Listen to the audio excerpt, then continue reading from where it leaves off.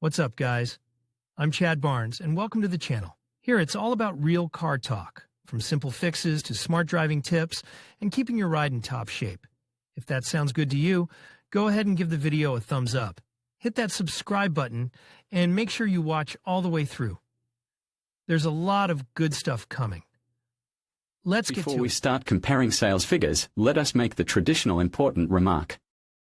The AEB sales statistics include data from the automakers themselves, and they reflect the number of cars shipped to dealer channels. Well, the registration statistics show how many cars were actually issued to buyers and registered. These figures can differ both up and down, and in general it is normal. The difference depends on the schemes of work with dealers, the number of these dealers, the volume of stocks, and so on. However, the large discrepancy between yellow dealer volumes and white real volumes can be interesting.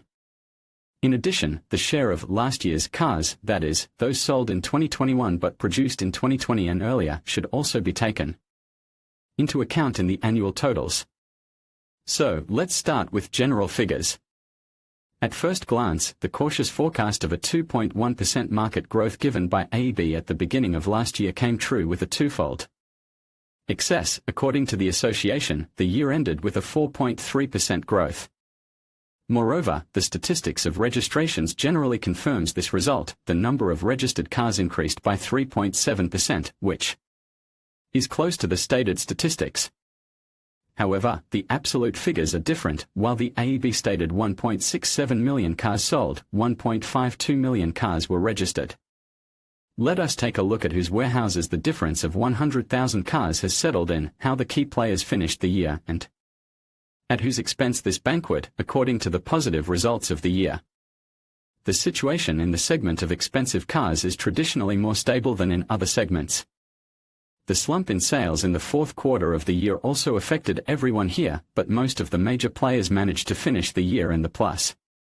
BMW still managed to become the leader. In terms of volumes, the Bavarians gave out almost 47,000 cars to buyers, and moreover, this figure is almost exactly the same as the data on shipments.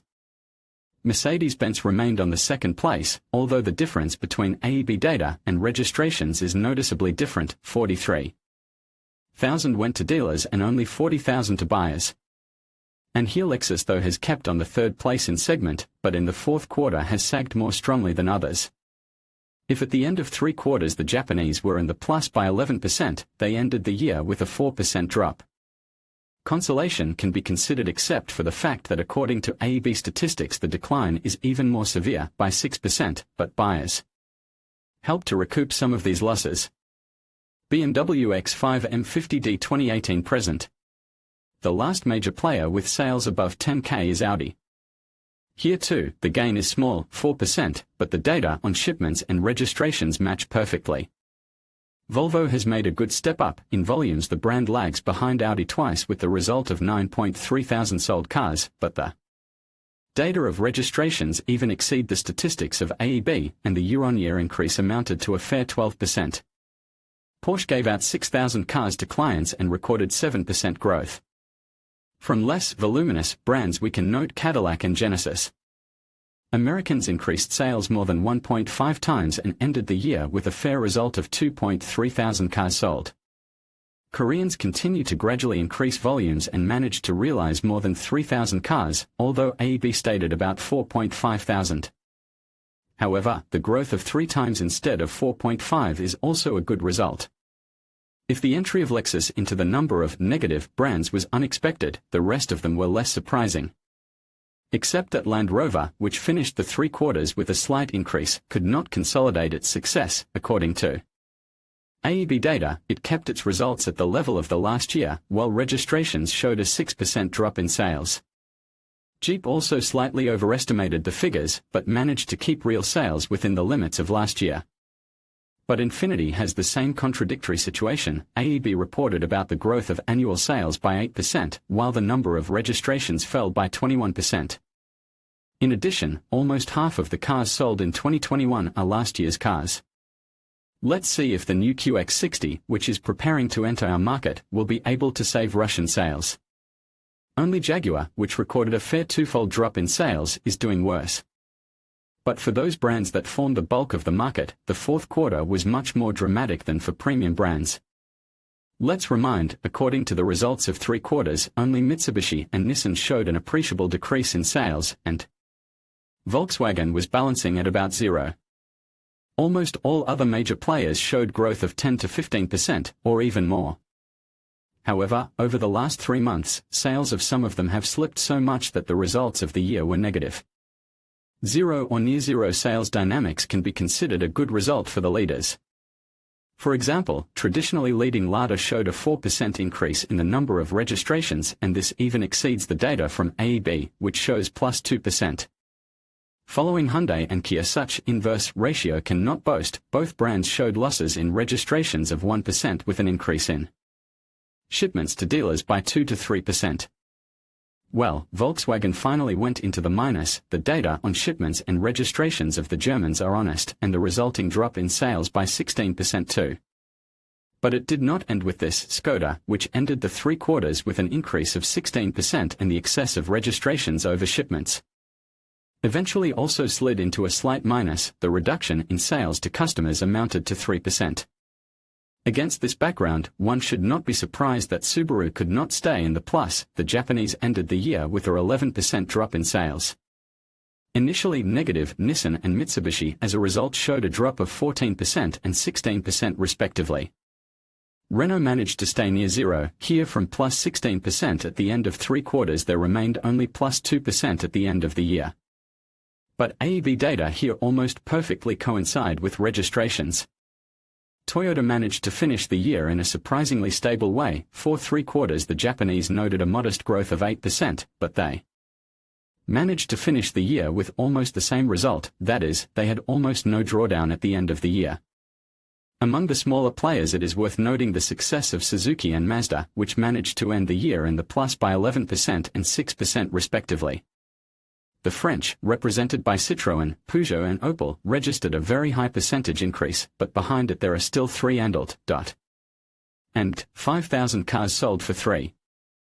And you cannot look at the huge difference between the data of registrations and AEB. AEB takes into account in its statistics not only passenger cars, but also light commercial vehicles. Well, Honda reminds us of the revival of such a phenomenon as imports. The number of cars registered here exceeds the data from dealers by 150 pieces. Of course, there is some error in the nuances of registration date of last year's cars and so on, and import of new cars is much less interesting than passable used cars aged 3 to 5 years with minimum duty. But nevertheless 256 out of 1,465 registered Honda cars are not officially imported CRVs, but Accord, Civic, Pilot, Odyssey and Right hand drive models like Acti, Freed, and Box, Shuttle and so on. Well, to understand who has provided the Russian market with the bulk of the growth, we need to look at the results of Chinese car sales.